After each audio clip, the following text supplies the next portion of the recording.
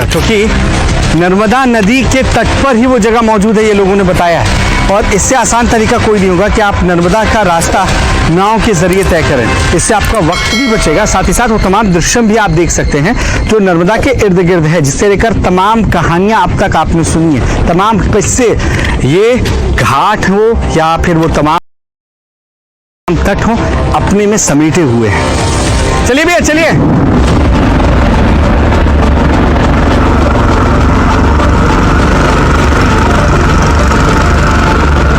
नर्मदा घाटी का वो अनजान टापू हमारा पहला पड़ाव था। लोगों की बताई दिशा में हम बढ़ते जा रहे थे। हमारे दोनों तरफ घाटी के किनारे थे, जिसके पहाड़ और जंगल में आज भी न जाने कितने अजूबे दबे पड़े हैं, जिनमें से एक है वो अद्भुत पर्वत। ये वो नर्मदा है जो तमाम विहंगम दृश्य दिखाती है, ऐसे दृश्य जिसकी कल्पना कर पाना भी किसी के लिए मुमकिन नहीं होगा। चाहे आप जबलपुर की बात करिए, जहां पर आप जब पहुंचते हैं तो आप देखते हैं कि किस तरीके से संगमरमर के पत्थरों के बीच से ये नर्मदा बहती है। वो दृश्य शायद कोई भुला ना पाए, लेकिन ये वही नर्मदा है जिसमें मिलने वाला हर कंकड़ शंकर कहलाता है। क्यों कहलाता है, इसके पीछे की कहानी भी आपको हमने दृश्य में दिखाई है। लेकिन जो दुनिया का 9वां आश्चर्य है, जो देवास में फैला हुआ है, जहां पर अलग अलग तराशे हुए पत्थर नजर आते हैं, ऐसा लगता है कि किसी ने इन्हें बनाकर वहां रखा हुआ है, जिसके बारे में सुनकर ही आप कल्पना में डूब जाएंगे या सोचने के लिए मजबूर हो जाएंगे कि पॉसिबल कैसे है। वो 9वां आश्चर्य कहीं और नहीं, मध्य प्रदेश के दिल यानी नर्मदा के इर्द गिर्द बसा हुआ है। वो टापू बहुत बड़ा है, वहाँ एक गांव है। अजूबे को खोजने से पहले हमें उस गांव को खोजना था। पहाड़ की पहेली सुलझाने के लिए ये जरूरी था। फिलहाल तो नदी की मझधार हमें बहाए ले जा रही थी। तभी तेज धारा के बीच एक रास्ता दिखा।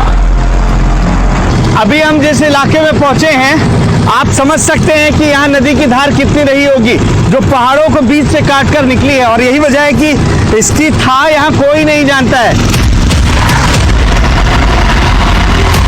लेकिन ये वही रास्ता है जो आपको आज के दृश्य के लिए लेकर जाने वाला है, यानी वो हिस्सा जिससे शायद दुनिया में ज्यादातर लोग अनजान है, जो अभी भी कौतूहल का विषय है तमाम वैज्ञानिकों के लिए, जो आज हम आपको दिखाने वाले हैं। हम नर्मदा घाटी के उस इलाके में थे जहां आमतौर पर कोई नहीं आता। हमारी निगाहें टापू तलाश रही थी, क्योंकि उसके मिले बगैर खोज आगे नहीं बढ़ पाएगी।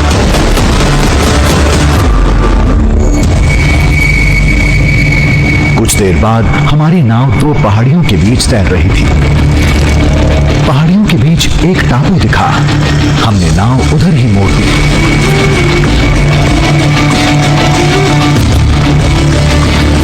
हमने पूरे इलाके पर गौर किया।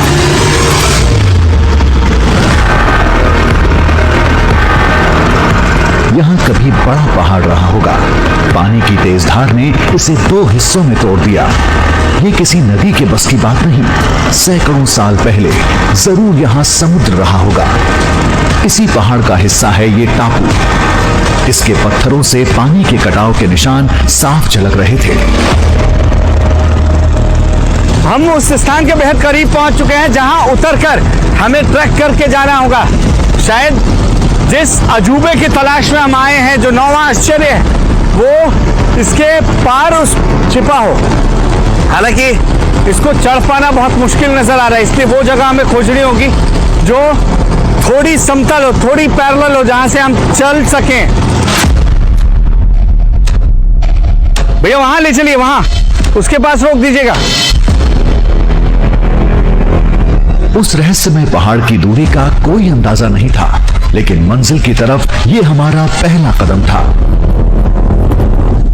इस पहाड़ पर ऊपर चढ़कर हमें देखना होगा कि हमें और कितनी दूर पैदल चलना है, कहां पर हमारा आज का दृश्य छिपा है। शायद सामने हो कुछ देर बाद। पहले कदम के साथ हमें इलाके से जुड़ी पहली कहानी सुनने को मिली। नाविक ने बताया था, ये धरती कभी दैत्य बाणासुर की तपोस्थली रही है। यहाँ कभी महादेव भी प्रकट हुए थे। बाणासुर, जो कि भगवान शंकर का परम भक्त माना गया, जिसने भगवान शंकर को प्रसन्न करने के लिए इसी धारा जी में नर्मदा जी के जल से अभिषेक कर भगवान भोलेनाथ को प्रसन्न किया और हजारों हाथ यानी अपना वर उसने मांग लिया, हजारों हाथ उसे मिल गए थे। और उसके बाद वो अपने आप को इतना बलशाली मानने लगा था कि वो देवलोक पर राज करने के लिए उसने हमला कर दिया। बाणासुर तो पौराणिक किरदार है, लेकिन नर्मदा बेसिन का इलाका हजारों लाखों साल पुराना है, जहां कभी डायनासोर रहा करते थे। इसके सबूत भी मिल चुके हैं। देवास से करीब 100 किलोमीटर पर एक जगह है धार, जहां डायनासोर के अंडे और घोंसले के जीवाश्म पाए गए थे। वो भी कोई 10-20 नहीं, 256। वैज्ञानिक परीक्षण में ये करीब 7 करोड़ साल से भी पुराने निकले।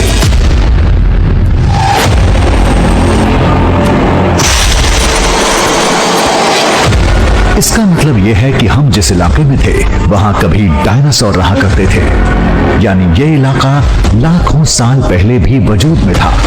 तो क्या उस अजूबे पर्वत का ताल्लुक भी उसी युग से है? लेट क्रिटेशियस पीरियड के अंडों के जो जीवाश्म हैं, इसके अलावा लिमिटा फॉर्मेशन के तमाम कंकालों के लिए पूरी नर्मदा घाटी फेमस है, जो बताती है कि ये स्थान कितना पुराना हो सकता है। एक कयास तो ये भी लगाए जा सकते हैं कि 145 मिलियन साल से भी ज्यादा पुराना ये पूरा इलाका हो सकता है। जब यहाँ डायनासोर थे तो जरूर ज्वालामुखी भी रहे होंगे। डायनासोर पीरियड में सक्रिय ज्वालामुखी की तादाद सबसे ज्यादा थी।